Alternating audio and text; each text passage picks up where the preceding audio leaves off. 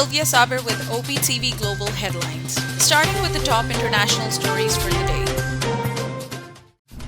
Kashmiris has staged protest in front of EU Foreign Ministry and Parliament. Participants of a protest camp in Brussels called upon the European Parliament to play its role in ending the atrocities committed by the Indian forces in the Indian-occupied Jammu and Kashmir, especially violence against the Kashmiri children. The protesters handed over a petition to the European Union officials at the EU External Action Service. In Indian illegally occupied Jammu and Kashmir, Indian troops in their fresh act of state terrorism martyred 3 more Kashmiri youth in Pulwama town. The youth were killed by the troops during a cordon and search operation in New Colony area of the district. Pakistan's Minister for Foreign Affairs Shah Mahmood Qureshi met Afghan counterpart on the sidelines of SCO Council of Foreign Ministers meeting in the Shanbay. Mr. Qureshi urged Afghan leaders to arrive at a negotiated political settlement at the earliest now that forces have withdrawn troops from the country. He added that Pakistan wants to adopt a joint strategy on Afghanistan after consultation with important countries of the region. Iran confirmed Tuesday ongoing negotiations with the United States over a potential prisoner swap after U.S. officials said Washington is working to release its detained citizens. The U.S. envoy for Iran, Robert Malley, said that President Joe Biden insists on the release of all Americans and will not accept a partial deal. Taliban fighters have executed 22 Afghan commandos in the town of Daulatabad in Faryab province as they surrendered some clashes, an investigation revealed. The incident took place on June 16 in Faryab. The victims were members of an Afghan Special Forces unit. At least 4 people have been killed and 5 others wounded in Afghanistan in an explosion that occurred in the center of Kabul. More Afghans are likely to flee their homes due to escalating violence, the UN Refugee Agency has warned, as the Taliban take control of more territory in response to the withdrawal of US-led foreign forces. Up next, we have the national updates. A Pakistan Army captain and a soldier were martyred in Kurram district during an area sanitization operation in Khyber Pakhtunkhwa. The Inter-Services Public Relations said that the operation was conducted after security forces had received reports of terrorist presence in the area, and during intense exchange of fire, 3 terrorists were killed. Prime Minister Imran Khan has assured to provide relief to the nation by utilizing latest technology. Addressing an inauguration ceremony of Letter of Administration and Succession Certificates Initiative for Punjab, the Premier said we are also introducing e-governance to improve the performance of public sectors. The land record of all the main cities, including the federal capital, will be computerized by August, the Premier added.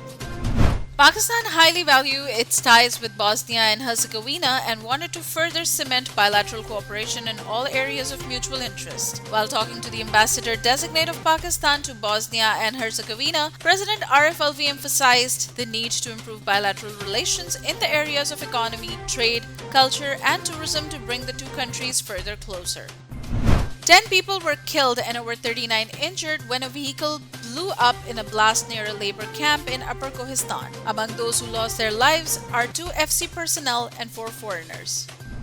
Federal Minister for Information and Broadcasting Chaudhry Fawad Hussain has underscored the need to focus on curriculum and teachers to curb extremism. If we don't pay attention to the curriculum and the teachers, social problems will increase, the federal minister said.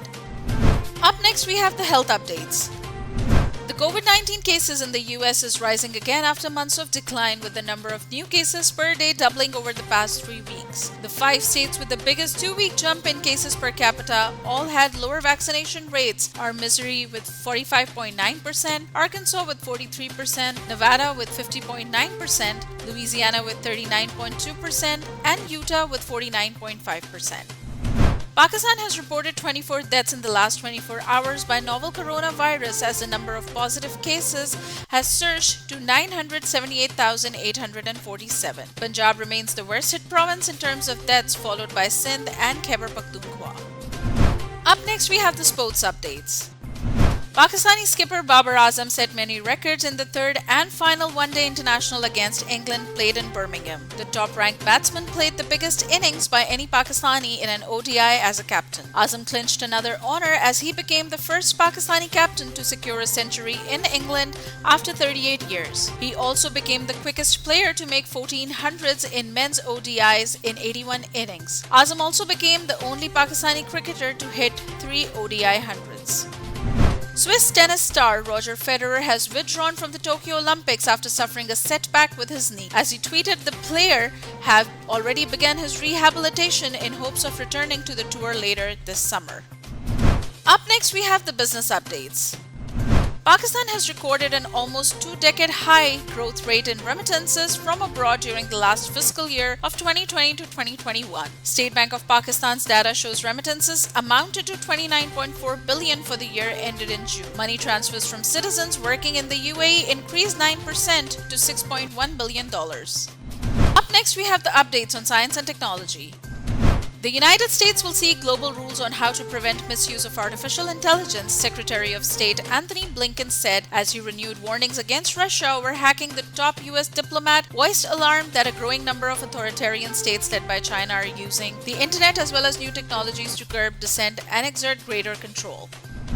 Facial recognition tech linked to personal health codes has been rolled out in a Chinese city bordering Myanmar as authorities seek to squash a coronavirus outbreak. This is the first publicly reported instance of facial recognition being used to track a person's movements and health status as they enter and exit residential areas, supermarkets, transport hubs, and other public places.